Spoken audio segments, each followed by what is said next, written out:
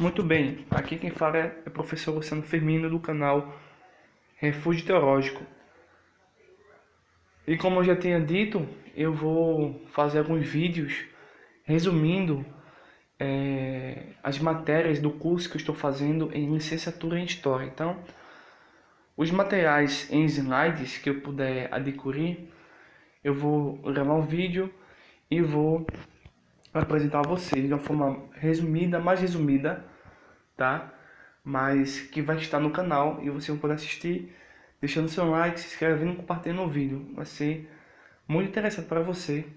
Hoje nós vamos resumir sobre a primeira unidade 1, linguagem e comunicação, reflexões acerca das funções cognitivas. Bem, aqui tem o cronograma da disciplina. Isso não importa para as pessoas que não estão fazendo, apenas o conteúdo, tá bom? Bem, e a ementa do curso, né, é o seguinte: linguagem e comunicação, que é o nome da disciplina do curso, tá certo?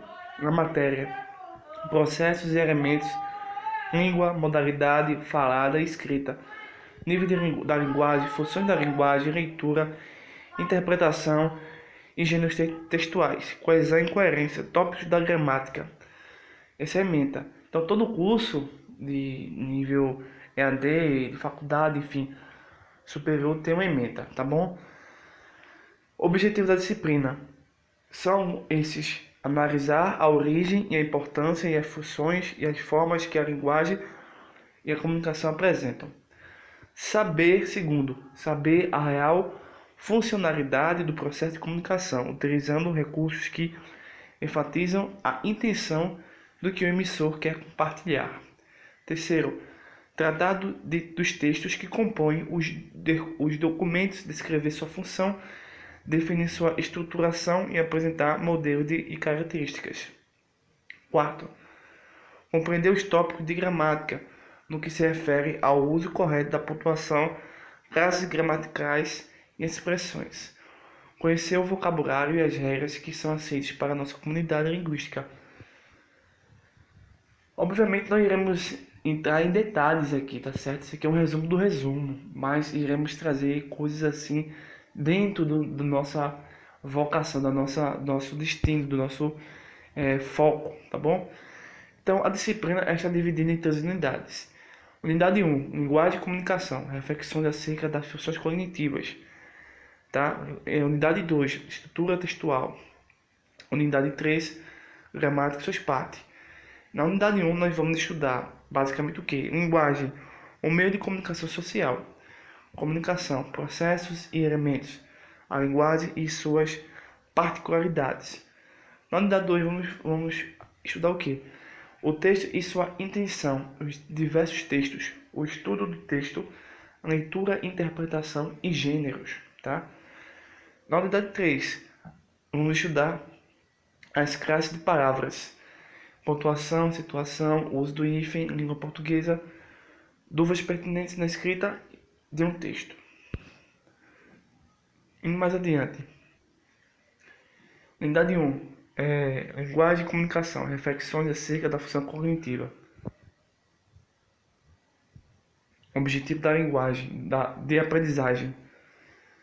Identificar as particularidades e a importância da língua escrita e falada.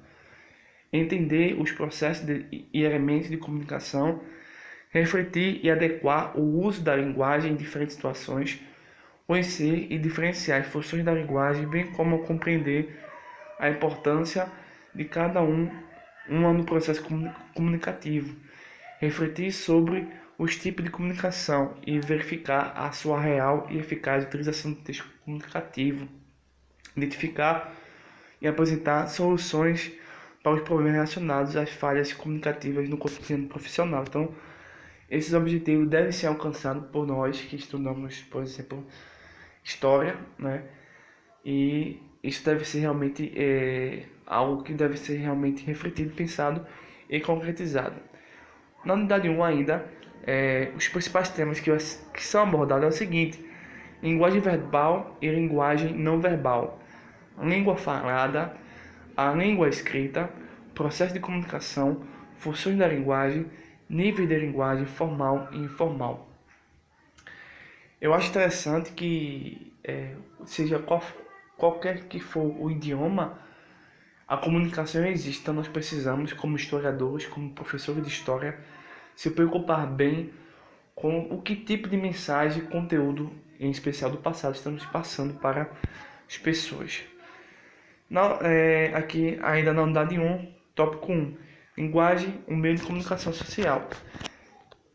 Destaca as particularidades da mensagem verbal e não verbal, bem como a língua falada e a língua escrita. No tópico 2, comunicação, processos e elementos, aborda o papel da comunicação, isso nas relações interpessoais e os elementos do processo de comunicação e as barreiras de uma comunicação eficaz. Tópico 3, a linguagem e suas particularidades, enfatiza os níveis da linguagem formal e informal, a linguagem particular de uma profissão e a linguagem e suas funções. Indo aqui mais adiante, nós vamos encontrar esse slide muito interessante, que trabalhando ainda na unidade 1, nós vamos ver aqui linguagem, um meio de comunicação social. Então, todas as sociedades, seja as primeiras sociedades lá na Mesopotâmia e as de hoje, as mais modernas, por exemplo, a da atualidade, elas usam essa comunicação social. Nós temos aqui linguagem, a definição. Linguagem é um meio de interação. É um conjunto organizado de sinais que as pessoas usam para se comunicar. Língua refere-se ao conjunto de expressões e palavras que são usadas por um determinado povo. Nós temos aqui linguagem verbal versus linguagem não verbal. Na linguagem verbal, utilizamos 100% as palavras, o conjunto de palavras, tá? Na linguagem não verbal, nós utilizamos certos signos, tá? Que são gestos, sinais, sons, cores, imagens, desenhos, expressões faciais. Essa é a linguagem não verbal. Aqui nós vamos encontrar uma série de exemplos, particularidades da linguagem verbal e não verbal. A linguagem pode ser verbalizada, daí é que vem a analogia com o verbo. Realmente, eu nunca tinha imaginado a possibilidade de pensar nisso. Alguma vez você já tentou comunicar-se sem utilizar um verbo? Realmente fica praticamente impossível a comunicação, né? Então, os animais, por exemplo, ele não tem verbo, né? Quanto mais substantivo, pronome e assim por diante. Então, o que acontece? Toda a linguagem verbal, quanto a não verbal, tem um papel muito importante na comunicação. Para tanto, torna-se imprescindível que as duas estejam em concordância para que a comunicação seja coerente. Então, você vê aqui uma série de exemplos, né, nas conversas das pessoas, nas placas de sinalização, em livros, jornais, revistas, na dança, né, mensagens publicitárias, código científico e expressões fisionômicas. Linguagem não verbal. A linguagem não verbal é aquela que não utiliza palavras para comunicar. Um texto, por exemplo, né? Como ela ocorre? Ela é estabelecida por meio de gestos, sons, cores, imagens, entre outras. Os sinais de trânsito, por exemplo, demonstram que a mensagem é repassada através das cores. A língua brasileira de sinais enfatiza-se através de gestos. A linguagem não verbal é aquela que utiliza para atos de comunicação outros sinais que não as palavras. Aqui nós temos mais exemplos, tá? Nesse caso, de linguagem não verbal. Já agora vamos trabalhar o conceito de linguagem verbal. A linguagem verbal é aquela em que as palavras são os sinais utilizados para os atos comunicativos. O termo verbal vem da palavra verbale e significa a palavra. Assim, é por meio da palavra, linguagem verbal, que expressamos desejos, sentimentos, ordem, opiniões, revelando nossas opiniões e expondo nosso raciocínio. Então, como essa linguagem verbal ocorre? Ela ocorre da seguinte forma: a linguagem verbal pode ser abordada sob duas modalidades, a linguagem escrita e a linguagem oral. Veremos a seguir algumas imagens que exemplificam a linguagem verbal. Então, nós temos aqui exemplos de linguagem verbal de forma escrita. Nós temos 3 exemplos aqui, tá bom? Mais exemplos de linguagem não verbal são ensaios, são quadrinhos, são histórias que onde as pessoas utilizam, né, para dar exemplo de uma linguagem não verbal. Muito interessante isso. Uma linguagem escrita e oral. No dia a dia, os seres humanos se comunicam falando, escrevendo, gesticulando por meio de símbolos, sons e cores. Nas modalidades faladas, a escrita observa-se variações motivadas pelo objeto do texto em função do tipo de leitor, interlocutor e da situação comunicativa. Portanto, linguagem verbal é aquela que utiliza a língua oral ou escrita que manifesta-se por meio das palavras. Já a linguagem não verbal é aquela que utiliza qualquer código que não seja a palavra, pintura, dança, música, gesto, mímica, etc. Nós temos aqui, nesse próximo quadro, algo interessante. Uma espécie de contraste, tá bom? Que soma em relação à linguagem verbal. Particularidade da linguagem escrita e oral. A linguagem escrita possui maior permanência, uso da pontuação, maior precisão e clareza na mensagem. Assim, só uma observação. Eu que estudo teologia e nós estudamos a parte da história da igreja no passado, nas palavras do passado, o hebraico, o grego, por exemplo, eles não tinham a pontuação, tá? Como nós temos hoje, vírgula, ponto, traço, né? Acento agudo, enfim, C cedilha, essas coisas assim, sabe? Essas palavras, até algumas as vogais em relação ao hebraico não existia. É isso que eu quero dizer também. Então, com o passar do tempo, a língua evolui e no processo de tradução há um trabalho muito importante a ser compreendido para que detalhes do passado venham realmente serem corretamente entendidos, mesmo línguas como o grego e o hebraico não tendo a pontuação como nós temos hoje. Você vê que nesse texto existe a pontuação. Pois bem, a linguagem oral. A linguagem oral foi muito utilizada na Grécia, inclusive até mesmo entre os judeus. E ela tem uma particularidade, o uso da entonação de voz, gestos e expressões fisionômicas. Aqui nós temos um quadro mais complexo mostrando a comunicação e os processos e elementos dessa comunicação. Aí você vê aqui no quadrinho, comunicação é o processo de interagir com o outro com o objetivo de transmitir uma mensagem. A comunicação é uma troca de processo que se refaz o tempo todo. Toda comunicação tem uma interação. Quem transmite a mensagem tem um objetivo. Nós temos aqui o processo geral que está sendo mostrado a vocês. Nós começamos pelo emissor, temos o contexto, temos o canal, temos a mensagem, temos o código e por fim o receptor. Então todos esses elementos têm que trabalhar de uma forma harmônica, eles não podem se contradizer. E dessa forma nós estabelecemos a precisão e a exatidão de um fato, por exemplo, um fato histórico de 2.000, 3.000 anos atrás, e até mesmo de ontem e de tempo recente, caso o contexto, o canal, a mensagem e o código estejam coerentes entre si, sem falhas, sem defeitos, sem distorção. Está aí um grande trabalho para o historiador. Há 6 elementos no processo de comunicação, que são o emissor, que é o que? É o remetente à informação, remete a informação. Temos o receptor, que é o destinatário, aquele que vai receber a mensagem. Temos a mensagem, é o objeto da comunicação. Temos também o canal de comunicação, o meio pelo qual a mensagem pode circular. De que forma a mensagem circulou? Por carta, por e-mail, por vídeo, né? Pela boca, pela voz, enfim. Também nós temos o código. O código é o meio através do qual a mensagem é transmitida.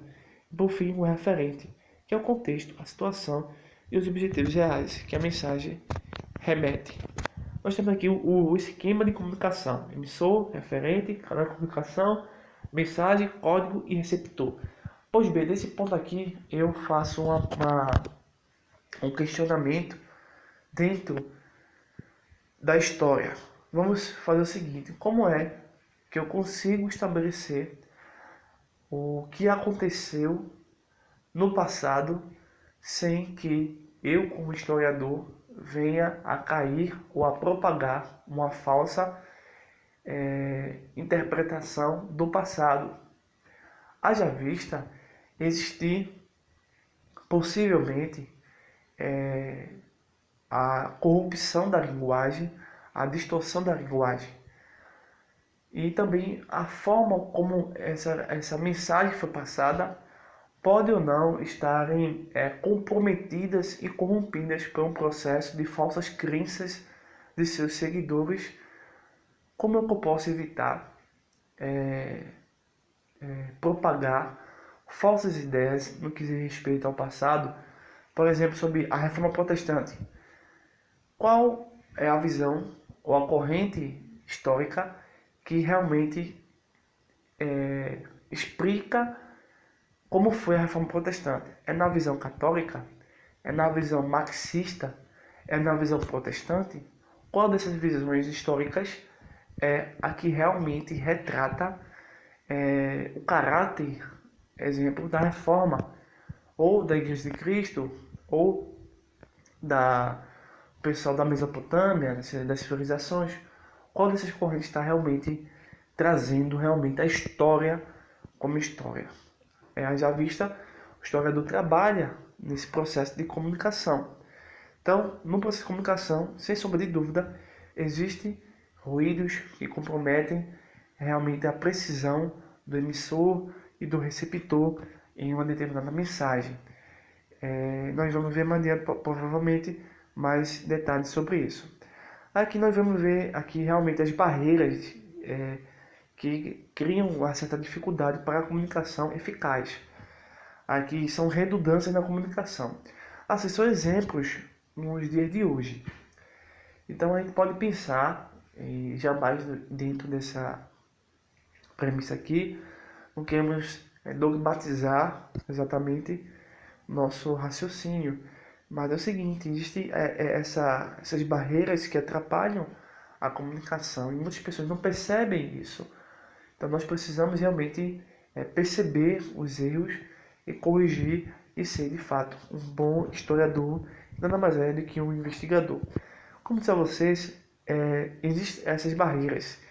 Nós temos aqui uma imagem que realmente conseguiu traduzir tudo isso que eu estou dizendo a vocês, que existe um ruído na comunicação. Eu não diria que seria um ruído, existe uma certa distorção. Depois eu vou dar um exemplo, tá bom? Aqui é um exemplo, depois eu vou dar um exemplo. Outro exemplo. Temos a primeira personagem. Você vai ser promovido. Aí nessa transição, nesse envio da mensagem, pode haver um desvio, ou um ruído, ou um atrapalho, ou falta de sentido. E a pessoa que vai receber a mensagem pode dizer assim: meu Deus, vou ser demitido. E aí? Como determinar a verdade disso aí? O mesmo é dito a respeito da política. Hoje em dia, muitas pessoas acreditam que o regime militar foi algo ruim, mas na verdade não foi, tá certo? Hoje muitas pessoas acreditam que o nazismo é de direita. O nazismo nunca foi de direita, o nazismo sempre foi de esquerda. Hoje muitas pessoas acreditam que o comunismo acabou com a queda do muro de Berlim. Um grande engano. Hoje muitas pessoas acreditam que o socialismo não tem nada a ver com o ateísmo, o satanismo. Um grande engano. E aqui nesse exemplo, gente, causas, tá? Falar em voz muito baixa, efetuar erros de codificação, estar nervoso, faltar com a atenção, faltar de energia elétrica, mancha no papel que contém a informação e etc. São as causas que podem comprometer a comunicação. Por outro lado, como evitar esse erro? Está aqui a solução para a nossa problemática. Como evitar que a mensagem seja mal interpretada? Que hoje as seitas, por exemplo, nós que estamos no canal Refúgio Teológico, a gente entende que as seitas elas corrompem e distorcem a comunicação bíblica. Então, como evitar isso? Dentro da história, dentro da teologia. Por exemplo, utilize desculpa aí, gente. Utilize uma linguagem apropriada e direta. Forneça informações claras e complexas. Use canais múltiplos para estimular os vários sentidos do receptor. Comunique-se face a face, positivamente e tenha empatia. Esse alguns exemplos que podem, vamos dizer assim, restaurar a comunicação. Mais exemplos você pode ver aí, tá, no ruído que vai atrapalhar a comunicação. Na linguagem, ainda na unidade 1, linguagem e comunicação, reflexos acerca das funções cognitivas. A linguagem e suas particularidades. Funções da linguagem. As funções da linguagem são recursos que enfatizam a intenção do emissor para que se estabeleça uma comunicação eficiente. Um texto que pode apresentar mais de uma função enfatizadora. Segundo, as funções da linguagem têm a finalidade de levar o leitor ou o receptor a compreender determinado efeito ou conceito para determinado objetivo. Cada função enfatiza um elemento da comunicação. Aí nós temos aqui mais um gráfico mostrando novamente o emissor, o contexto, o referencial, a mensagem, a poética, que é as palavras, por exemplo, a voz, o canal, o meio, o veículo, a função fática, o código, a metalinguística, por sim, o receptor, e embaixo a possibilidade das mensagens estarem sendo corrompidas. Eu me recordo bastante sobre aquele socialista George Orwell, do seu livro 1984, onde ele mostra que as pessoas estão corrompendo o passado para dominar o futuro dentro de um aspecto político, tá bom? Isso também pode acontecer no aspecto filosófico, acadêmico, educacional, religioso, para, vamos dizer assim, escravizar a mente das pessoas. Já terminando as funções da linguagem. Ponto 1. Função referencial ou denotativa. Busca criar efeitos de objetividade centrada no referente. 2. Função emotiva ou expressiva. Caracterizada pela subjetividade, tem como objetivo emocionar, é centrada no emissor. 3. Função fática. Tem por finalidade prolongar ou não contato com o receptor. É centrada no canal de comunicação. 4. Função conotativa ou apelativa. Procura convencer o leitor, dar conselhos ou ordens. O foco, portanto, está no receptor. 5. Função metalinguística. Linguagem que fará da própria linguagem foco no código. 6. Função poética. É aquela que se centraliza na mensagem e utiliza recursos imaginativos inventados pelo emissor. Variações linguísticas. São as variações que a língua apresenta, de acordo com as condições sociais, culturais, regionais e históricas em que é utilizada. Variedade padrão, língua padrão ou norma culta. É a variedade linguística de maior prestígio social, utilizada em livros científicos e didáticos, jornais e revistas ensinadas nas escolas. Variedade não padrão ou língua não padrão. São todas as variedades linguísticas diferentes do padrão. São válidas e têm valor no grupo ou nas comunidades em que são usadas. Exemplo de variações linguísticas. Pronúncias como mais, mês, mês. O apagamento do R em final de palavras, principalmente em final de verbos definitivo, cantar, vender. R forte e R fraco, como em rua, hora, carro. Vários nomes que podem se referir à mesma coisa, como tangerina, bergamota, bergamota, mexerica, laranja cravo, etc. Bom, aqui são a parte mais da própria instituição. Então, gente, se você gostou desse vídeo, compartilhe. Então, nós estamos, assim que possível, a gente receber os materiais. Vamos resumir e postar no nosso canal Refúgio Teológico, onde eu estou aqui também trabalhando a minha história dentro da faculdade. E vocês vão acompanhando aí também essas disciplinas que a partir de agora eu vou estar trabalhando dentro de uma camada histórica para vocês, trazendo esses conteúdos, tá bom? Forte abraço, se inscreva no nosso canal, compartilhe esse vídeo e muito obrigado.